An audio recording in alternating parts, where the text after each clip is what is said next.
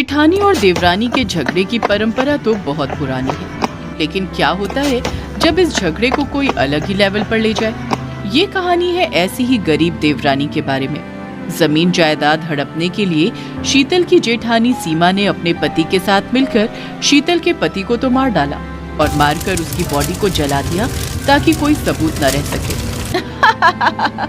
अब सारी प्रॉपर्टी हमारी हो जाएगी। सीमा के पति मुकेश ने कहा, लेकिन कैसे? मेरे भाई की बीवी तो अभी तक जिंदा है। शीतल जब तक रहेगी हम कुछ नहीं कर पाएंगे। चिंता मत कीजिए, उसका भी उपाय है मेरे पास। मर्डर हुआ है तो उसकी जिम्मेदारी किसी को तो लेनी पड़ेगी ना। मतलब तुम ये मर्डर शीतल के सर पर डाल दोगी? और नहीं तो क्या, जेल में मेरे लोग हैं। शीतल को वो अच्छे से सबक सिखाएंगी और फिर शीतल को फांसी हो जाएगी। अरे वाह सीमा, तुम तो मुझसे भी ज्यादा शैतान निकली। सीमा ने प्लान के मुताबिक ही काम किया। उसने मर्डर का चार्ज शीतल के सर पर डाल दिया और सीमा की खास सहेली मनीषा जेलर ने शीतल को अरेस्ट कर लिया। शीतल रोती रही, नहीं मुझे छोड़ दो, मैंने कुछ नहीं किया, मैं क्यों अपने पति को मारूंगी।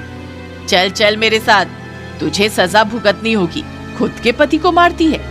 ऐसे ही मनीषा जेलर ने शीतल को गिरफ्तार कर लिया और उसे जेल में डाल दिया। शीतल चिल्लाने लगी, मैंने कुछ नहीं किया, मेरा यकीन मानिए, मेरे पति को किसी और ने मारा है, मुझे छोड़ दीजिए। एक तो अपने पति को खोने का दुख और ऊपर से ये जेल। शीतल पूरी तरह से टूट गई। सुबह से लेकर शाम तक वो जेल के अंदर बैठकर रोती रही। उसे किसी ने खाना नहीं दिया, पानी भी नहीं दिया। शीतल को बहुत भूख और प्यास लगी। कोई है? अरे सुन रहे हो? मुझे खाना दो, मुझे पानी दो। आधा घंटा चिल्लाने के बाद उसके पास मनीषा आई। उसके हाथ में खाना और पानी का ग्लास था। खाना चाहिए? आ ले ले ले ले ले ले ले। पति को मारकर भी तुझे शांति नहीं मिली, अब खाना भी चाहिए? ये ले खाना, आजा आजा, खा ले खा ले खा ले। आजा आजा आजा आजा आजा आजा आजा आजा आ आ आ। खाना देखकर शीतल आगे आई और मनीषा ने खाना नीचे फेंक दिया। अब ये ले पानी, पी पी पी पी ले। ये बोलकर मनीषा ने प्यासी शीतल के सामने पूरे ग्लास का पानी जमीन पर छिड़क दिया। आप मेरे साथ ऐसा क्यों कर रही है? मैंने किया क्या है? किया तो तूने बहुत कुछ है, अपनी जेठानी के काम में टांग अड़ाई है। अब तुझे अपने पति को मारने के जुल्म में फांसी होगी, फांसी। शीतल डर गई। कुछ दिनों बाद मनीषा को सच में फांसी की सजा सुनाई गई और शीतल पूरी रात जागते हुए रोने लगी। कल सुबह मेरी फांसी है, कल मैं मरने वाली हूँ, मैं आपके पास आने वाली हूँ, मैं मरने वाली हूँ। सुबह सुबह शीतल को नहलाकर सफेद कपड़े पहनाकर फांसी के मंच पर ले जाया गया। मनीषा जेलर खुशी से पागल हो रही थी। शीतल की आंखों पर काली पट्टी बांध दी गई, लेकिन तभी अचानक से शीतल बेहोश होकर गिर पड़ी। अरे क्या हुआ? कोई डॉक्टर को बुलाओ। डॉक्टर साहब आए और शीतल का चेकअप करने के बाद बोले, देखिए ये औरत गर्भवती है, इसके पेट में 1 महीने का बच्चा बढ़ रहा है, अभी इसकी फांसी नहीं हो सकती। कोर्ट से ऑर्डर आया कि कानून के हिसाब से जब तक शीतल की संतान 5 साल की नहीं हो जाती तब तक शीतल को फांसी नहीं हो सकती। शीतल की फांसी अभी के लिए रद्द हो गई। मनीषा ने ये खबर शीतल की जेठानी सीमा को दी। सीमा का पति मुकेश घबरा गया। अब क्या होगा सीमा, उसकी फांसी रद्द हो गई। अरे डर क्यों रहे हो, वो बाहर थोड़ी आ पाएगी, और उसका बच्चा जब 5 साल का होगा तब तो वो मर ही जाएगी ना। सीमा ने अपने आप को समझा लिया और कुछ दिनों में उन्होंने शीतल के हिस्से की जमीन पर कब्जा कर लिया। उधर जेल के अंदर भयानक ठंड पड़ने लगी। सभी कैदियों को अच्छे कंबल और स्वेटर मिले, लेकिन मनीषा ने शीतल को कुछ भी नहीं दिया। ठंड में वो कांपने लगी। पूरी रात ठंड से जूझने के बाद सुबह जब थोड़ी सी नींद आई तब मनीषा ने आकर शीतल पर ठंडा पानी डाल दिया। आह, बहुत ठंड है, बहुत ठंड है। उठ जा, तुझे क्या गरम चाय देकर उठाऊं? जल्दी उठ, बहुत काम है। शीतल को उठाकर मनीषा उसी से सारे काम करवाने लगी और फिर मनीषा ने शीतल के हाथ में एक ब्रश दे दिया। इससे क्या करना है? बाथरूम साफ करना है, चल जल्दी कर, पूरा दिन नहीं है मेरे पास। बाथरूम बहुत गंदा था। बाकी कैदियों ने जानबूझकर गंदा किया था क्योंकि मनीषा ने उन्हें ऐसा करने के लिए कहा था और मनीषा को सीमा ने ये सब करवाने के लिए कहा था। सीमा चाहती थी कि शीतल का बच्चा पेट में ही मर जाए, लेकिन ऐसा हुआ नहीं। शीतल स्ट्रांग थी और उसका बच्चा उससे भी ज्यादा स्ट्रांग था। इतना कुछ सहकर भी शीतल अपने बच्चे को जन्म देने के लिए तैयार हो गई। एक ठंड की रात में शीतल को प्रसव पीड़ा शुरू हो गई। आह, मैं मर गई, आह! शीतल को चिल्लाते हुए सुनकर आसपास के कैदी वहां आ गए।